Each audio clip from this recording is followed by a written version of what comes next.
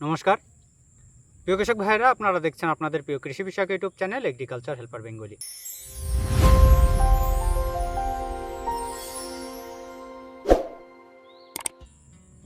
প্রিয় কৃষক ভাইরা, আজ আমরা এই ভিডিওতে আলোচনা করব এনপিকে ওয়াটার সলিউবল 12-61-0 এই সারটিকে নিয়ে।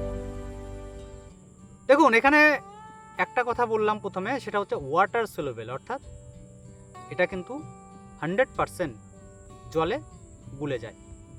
আমরা যে সারগুলো সয়েল অ্যাপ্লিকেশনে করি সেগুলো কিন্তু 100% গাছ অ্যাবজর্ব করতে পারে না, সেখান থেকে অনেকটা পরিমাণে যেটা মাটিতে নষ্ট হয়ে যায়, মাটির মধ্যে লক হয়ে থাকে, গাছ সেখান থেকে সম্পূর্ণভাবে নিতে পারে না। কিন্তু এই যে বাজারে বিভিন্ন ধরনের যে ওয়াটার সলিউবল এনপিকে সারগুলো পাওয়া যায়, সেগুলো কিন্তু গাছ 100% গ্রহণ করতে পারে। কেন এর মধ্যে বলা যেতেই পারে যে ন্যানো টেকনোলজির মতো কিছু টেকনোলজি দেওয়া হয়েছে। এখন বর্তমানে ন্যানো ফর্মে কিন্তু আরও বাজারে বিভিন্ন সার এসছে, আমরা জানি ন্যানো ডিএপি, ন্যানো ইউরিয়া। তো এটাও ঠিক সেই রকমই, কিন্তু এটা ন্যানো নয়, কিন্তু এটা ওয়াটার সলিউবল, অর্থাৎ জলে গলনশীল। এখানে কি হয়, এই যে এনপিকে সারটা, এর মধ্যে আমরা কি বলছি যে এনপিকে 12-61-0, এর মধ্যে 12% নাইট্রোজেন আছে, 61% ফসফরাস আছে, 0, তার মানে পটাশিয়াম এর মধ্যে নেই। তাহলে এখানে দুটো সারের কাজ কিন্তু আমরা দেখতে পাই, একটা হচ্ছে নাইট্রোজেন সার, একটা হচ্ছে ফসফরাস সার। এই দুটো সারের কাজ কি? নাইট্রোজেন সারের কাজ হচ্ছে গাছের গ্রোথ বৃদ্ধিতে সাহায্য করবে, ফসফরাস সারের কাজ হচ্ছে গাছের শিকড় বৃদ্ধিতে এবং সেল ডিভিশনে সাহায্য করবে।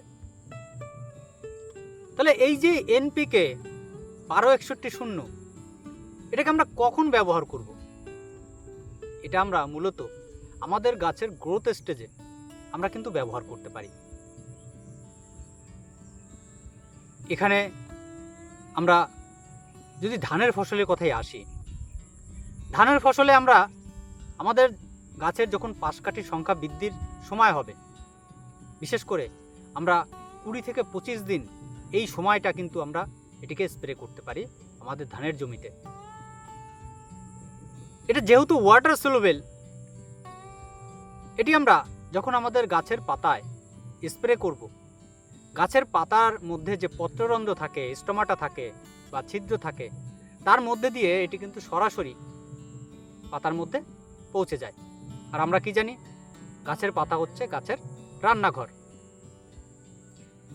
গাছ মাটির থেকে যে খাবারটা নেয় সেটা গাছের পাতায় পৌঁছতে হয়, তারপরে সে খাবারটা সালোক সংশ্লেষ প্রক্রিয়ার মাধ্যমে কি করে, তার মধ্যে সেটাকে বিভিন্ন ধরনের যে এনজাইম, ভিটামিন, গ্লুকোজ এতে তৈরি করে।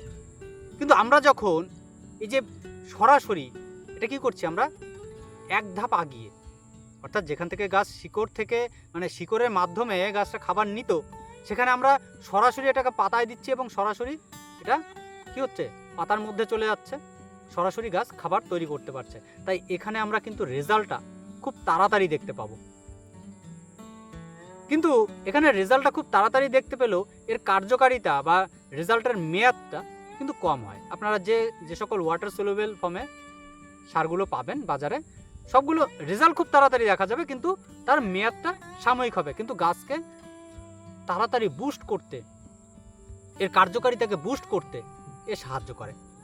তাহলে আমরা যদি এই যে আমাদের গাছের যখন একদম ভরপুর, বিশেষ করে আমরা যদি ধান গাছের কথাই বলি, একদম ভরপুর যখন পাশকাঠির স্টেজ, গাছের গ্রোথ স্টেজ মোটামুটি 20 থেকে 25 দিন, এই সময় যদি আমরা এই যে এনপিকে 12-61-0কে ব্যবহার করি, আমাদের গাছে স্প্রে করি, তাহলে দেখা যাবে যে খুব ভালো একটা রেজাল্ট কিন্তু আমরা দেখতে পাবো।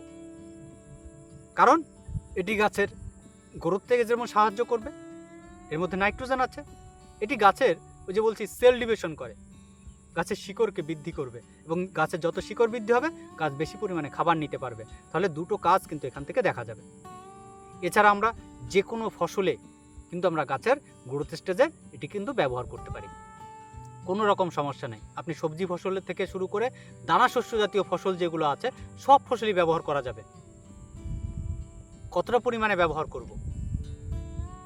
এই যে এনপিকে 1261 এটিকে আমরা প্রতি লিটার জলে মোটামুটি যদি 3 গ্রাম হারে অর্থাৎ 15 লিটারে 45 থেকে 50 গ্রাম হারে যদি আমরা স্প্রে করি সেক্ষেত্রে কিন্তু ভালো রেজাল্ট পাওয়া যাবে।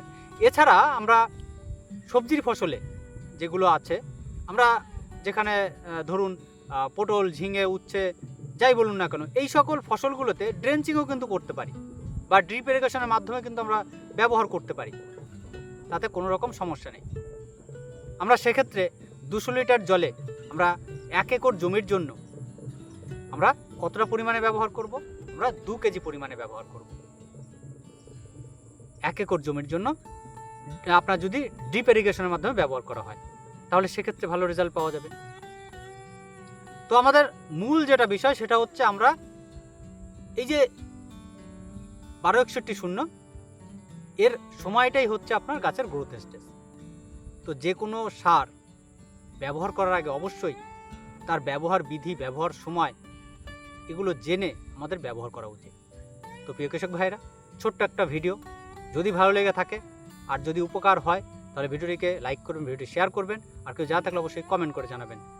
আর এই ভিডিওটি যারা আমার ইউটিউব চ্যানেল থেকে দেখছেন তারা চ্যানেলটিকে অবশ্যই সাবস্ক্রাইব করে রাখবেন, আর যারা ফেসবুক পেজ থেকে দেখছেন তারা ফেসবুক পেজটিকে ফলো করে রাখবেন। তাহলে আজ এই পর্যন্ত, দেখা হবে পরবর্তী ভিডিওতে। নমস্কার।